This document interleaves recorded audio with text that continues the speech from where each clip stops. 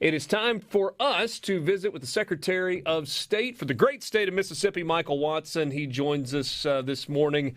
Mr. Secretary, thanks for a few minutes of your time today. Man, you're quite welcome. Always good to talk to you, Richard.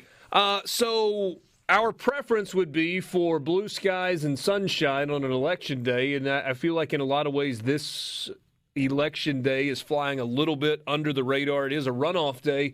What can you tell us about turnout today and how the weather is affecting that? It's clearly concerned, Richard, and there's runoff races with judicial candidates. There's some school board candidates. I think there's a sheriff runoff as well. And look, anytime you've got bad weather, clearly we want Mississippians to be safe. So it's a tough balance there. We want everybody to get out and vote. And that's an important piece, too. So it's a tough one here today, but I hope everyone takes a chance to get out before the weather gets too bad to get their voices heard. Too many people, again, died for that right, Richard, and we got to make sure we get out there and vote and honor them. Michael, our election laws, 7 a.m. to 7 p.m., those are the hours that polling places are open. Will that be affected at all by potential severe weather, really kind of all across the state of Mississippi? No, that's clearly in statute. We've got, I would assume the governor would have some type of emergency powers, but I doubt it would impact an election, especially with it being in statute from 7 to 7. So I just encourage folks, again, to be mindful of that. Before the weather gets bad, get out and vote. Make your plans as quickly as you can. Again, it's a tough day. It's a tough balance, but to be safe is of utmost importance, but also we want to make sure folks have their voices heard. You know, this is an interesting election cycle, right? There were, as we watched the returns a couple of weeks ago, so many races across the country that were affecting the balance of power in the Senate and the House, and really important gubernatorial races in a lot of places. And yet this was an off-year cycle for us. How was turnout? Because you mentioned a second ago, a ton of judicial races, a ton of local races all across the state of Mississippi, but not as much on the statewide front. Yeah, that's right. And just to kind of a little emphasis on that piece there, I just want folks to remember how important those local races are. That's where the rubber meets the road. That's where you're impacted the quickest at the local level. So I just encourage folks not to lose sight of, hey, we're focused on this federal election. That's not. Again, these local elections have a really big impact on your lives and much more quickly than the federal level. To your point there about turnout, we saw about 11% in the primary, which was dismal. We got that up to about right at 37% roughly in the general election. And again, we'll probably see that number plummet today in the runoff. Just doesn't seem a whole lot of excitement out there, which is unfortunate. But, when you compare those numbers to other states, Richard, remember, other states had gubernatorial races, so there was a much more emphasis placed on those races. We just had our congressional races and these local races. And, again, people just don't tend to get as excited about that, unfortunately. Again, those are the races that really matter. They're going to shape the future of our state and our country. So hopefully folks will get out today and make sure that they, again, get to the polls before it gets too bad around here. Visiting with Michael Watson. He's the Secretary of State of Mississippi. Lots of responsibilities fall in the Secretary of State's office, but I don't know that any are more public than kind of overseeing the elections. So with that, maybe a bigger picture question, Michael, than just here in the state of Mississippi. Really good questions. Yeah. And we'll cover really quickly just an elevator speech of kind of what the office does, Richard, and I'll let you kind of take that apart. But elections is the face of the office. It's kind of three main components of the office itself. So we've got elections, business services, and then we've got public lands. So that's kind of just a quick overview of the things that we have. We're the state land commissioner, 16th section lands, tidelands, tax forfeited properties. So that's kind of the lands issues. Under business services, you've got LLCs, corporations, nonprofits, scrap metal dealers, perpetual care cemeteries, athlete agents. I could keep going, but you get the picture there. Yeah, we get the picture on that. Yeah, big piece there. And then again, back to the elections. And the key piece about elections that Mississippians need to know is Mississippi is what's known as the bottom-up state. So the real hard work happens at the circuit clerk and the elections commissioners level there at the local level. And we train those folks. We help them navigate the law and understand what the law says. And also we hold SIMS, which is the statewide election management system. So big office. It impacts a lot of folks, whether you know it or not. Probably impacts you every day in some sort of fashion. So important. And where I really wanted to go with that is, I feel like fair elections are kind of a foundation piece, a bedrock of our democracy. You used the phrase a second ago, so many men and women have died for us to have the right to be able to vote in free and fair elections. So the question is, and I don't know if there's a way to ask this or answer it without being political in nature, how have we gotten to the point where elections have been weaponized? And I honestly, I think it's by both sides. I think the right has done that, and I think the left certainly has done that. How have we gotten to this point where we have lost the focus on we want elections to be free, and we want them to be fair, and we want them to be open to as many people as legally as possible, and then just stop and let the voice of the people be heard? Yeah, that's a great question, Richard, and one that may take us about an hour to dig through. Mm-hmm. I'll tell you what we have seen over the past 10, 15 years, the toxicity in politics, right versus left. I can't be your friend if you don't believe like I believe. It's really unfortunate how our country has gotten to this point. Unfortunately, that has boiled over into elections. So a lot of folks would argue, well, look, you can't get your policies passed. Nobody supports those policies. So now you're just going to go to where you can try to rig or change the outcome of an election so you can get your policy passed. So I think it boiled up from just the division in this country, the animosity between the two parties.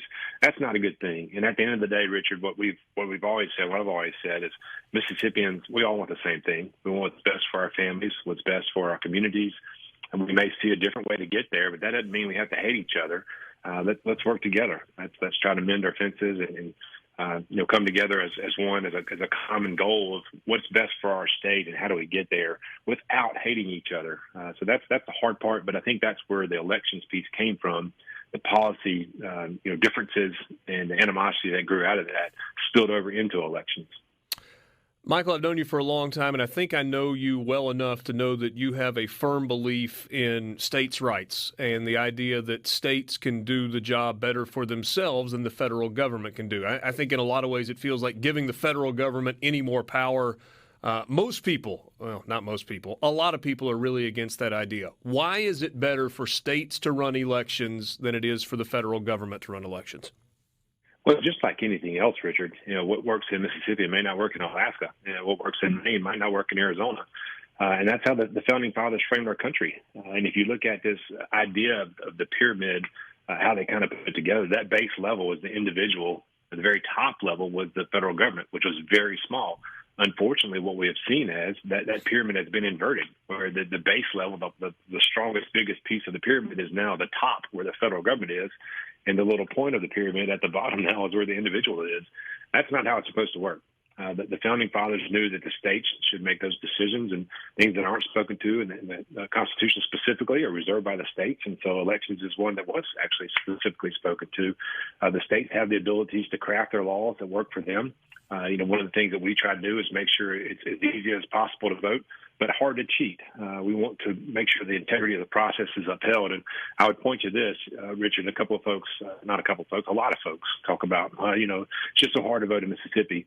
I remind them of the facts. You look at 2020 with the presidential election, we had COVID, we had all these things in our face, yet record turnout in Mississippi. We've helped register over 200,000 new voters since 2020. So you talk about the outreach that we've done to build confidence in our process, confidence in our system. Last year, the legislature did a great job of doing some election integrity pieces that's going to continue to maintain the confidence in our process. But you're absolutely right. The states' rights is a big piece there, making sure that those decisions that impact the local levels are held at the most local election points. So an important piece there, and you're dead on. I'm actually a huge supporter of that idea. You got time to hang for another segment? Absolutely. Michael Watson, Secretary of State here in the state of Mississippi, visiting with us on Middays. We're going to take a time out. We've got more coming up with him. A little bit of a change, by the way, today. If you were planning to attend the Connerly Trophy presentation tonight in Jackson, that has been changed. Because of the inclement weather that's coming through the state of Mississippi, that is going to now be a virtual event. We'll have hopefully more details on exactly how you can view that as the day goes along. Sports Talk Mississippi was going to be there live tonight. That is now not going to happen. We'll have a whole lot more for you on that. This is Middays on Super Talk Mississippi. More with the Secretary of State, Michael Watson, when we come back. Back with you on Middays. Thanks for being with us in the Element Wealth studios. Michael Watson is our guest, Secretary of State in the state of Mississippi. We're talking about the fact that today is an election day. And, Michael, let's start by going back to that before we go back to kind of some bigger picture topics. And just from your perspective, the importance of these elections, it's runoffs, it's largely local. And I thought the point that you made earlier about these are the elections that matter locally far more than maybe a presidential election does. Well, look, when you think about it, Richard, school board, we've seen the eruption over the past year or so about issues in the schools, and parents wanting to have a say in the education of their children. This is the perfect example and perfect time for parents to get involved. Make sure that you choose the individual that believes, like you do, or believes good things for our children are going to be the ones that are elected to the school board positions. So it's that race right there possibly is more important than some other races that are going to be on the ballot, because those are our children. Those are your children. Those are our students. We've got to make sure they got a great education moving forward. It's one of the most important things for the future of Mississippi. So that's an incredibly important election. And to think about turnout may not be so high. You may have a very small individual percentage of people that elect a school board member. They're going to have a say over the education of your children. So, again, you can't overemphasize enough the importance of those local level races.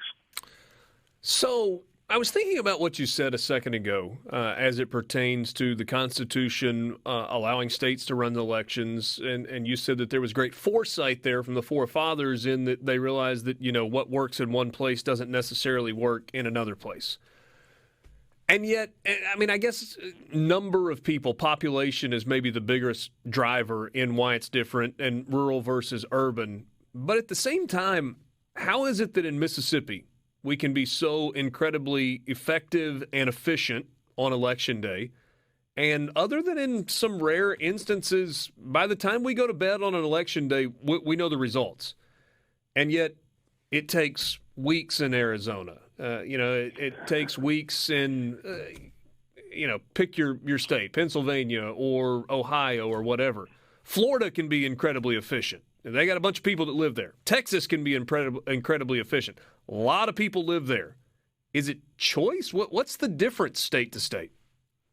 Well, so yeah, there is choice, and you take a state like let's pick Oregon for instance. Basically, they're all vote by mail, as opposed to other states. They have early voting for certain windows: 45 days, 30 days, 15 days, 20 days. They do have some vote by mail. They do have election day voting. Florida, for example, roughly 60%, I believe, of their votes were cast prior to election day. So different states have different options. The key piece there is, again, the integrity of the process. So we're looking at a few things here in Mississippi, and not to get into the next legislative session, but last year we looked at the idea of a post-election audit, making sure that, again, the numbers that came out on election night were the right numbers, the correct numbers. One of the things that the legislature did last year was give roughly $5,000 per precinct per county to make sure that we get new machines. And these machines have a paper verifiable trail, Richard. And it's very important when people talk about these machines. Well, at the end of the day, what it goes back to and what will win the day is you take that paper ballot and you see how it was marked. And if there's a question between the machine and the paper ballot's always going to win. So I think our legislature's taken a good step in making sure that, again, the process is one that's upheld, one that people can believe in. Lots of questions were asked in 2020. So I love to come back and drill it back home to Mississippi. What do we do in Mississippi? And to walk through that process, and I think it's been really important when I go to Rotary clubs, when I go to Kiwanis clubs, wherever, to explain the process. Here's how it works in Mississippi to make sure Mississippians are educated on how their vote is counted. And I think that's a really important piece.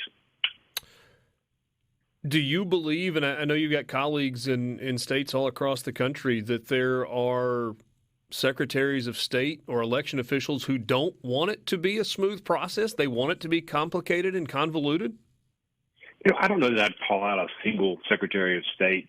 I believe at the end of the day, we all want good, clean, fair, safe elections. Now, again, as we talked about earlier, when we saw this bubbling up and this toxicity in politics start to spill over into elections, unfortunately, some people may think, hey, look, this is a way that I could tilt the scales. I hope that's not the case, and I hope that all of us want what's fair and what's right. Again, no matter what party is in charge, elections should be fair. They should be believed in.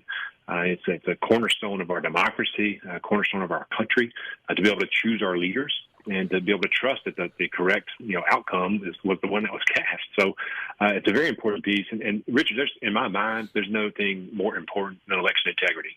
If you've got, as we've talked about here, if you've got a policy position that you disagree with, how in the world could you maybe change that? Well, maybe I could tilt the scales and change the outcome of an election so then the individual who could implement that policy could get elected. So at the end of the day, there is nothing more important than election integrity, and that's one thing that we've really been focused on.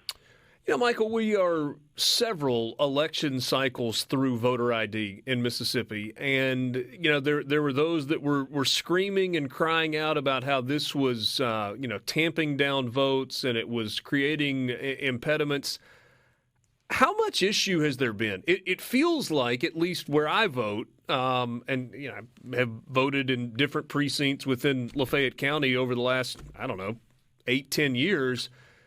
It's worked very, very well, and I don't see it as an impediment to being able to vote for many people, if any. So how has that gone, and why is there still pushback in some areas? Incredibly well, and for the life of me, outside of some nefarious reason, I can't understand anybody being against voter ID. And let's walk back through the process, Richard. For those who aren't aware of the history of voter ID in Mississippi, when we passed that legislation and it was implemented, if you did not have an ID, not only would we give you a free ID, we would give you a ride to the courthouse to get an ID. Mississippi bent over backwards to make sure that no one was left behind when it came to voter ID. If you wanted an ID to go vote, we would make sure that you had one. I think we've printed roughly 10,000 or so IDs. And think about this, not just for elections, but now this person has a valid government-issued ID that they can use for other purposes. So it's been helpful not only in elections, but other ways too. But again, back to the point. If you want an ID, we will make sure that you have an ID to go vote. And so there's no roadblock whatsoever in my mind for folks that shouldn't, be supportive of the idea of voter ID. Yeah, and here we are that there are people that still push back about that. Give you one last chance to make a plea for people, even with a day of bad weather, to try to figure out a way and get out to vote, and probably the sooner the better, especially in central and the western half of the state of Mississippi. Yeah, that's absolutely right. Look, head on the swivel today for all of our Mississippians, and I pray that the Lord will keep us safe. As you watch the weather and you see maybe a window of time that you can go vote, please get out there and vote. Again, these are elections that are going to impact your life for the next several years, next 4 years, and in some instances, depending on if it's a judicial or a school board race or sheriff's race. These are things that are really important that are going to impact not just your life, but your community as well. So please get out and vote. Take the time to go out there and honor the men and women that died and fought for that right. Free and fair elections in Mississippi. That's what we are striving for, and results that we will all accept. Thank you, Secretary Watson, for your time this morning. Always a pleasure.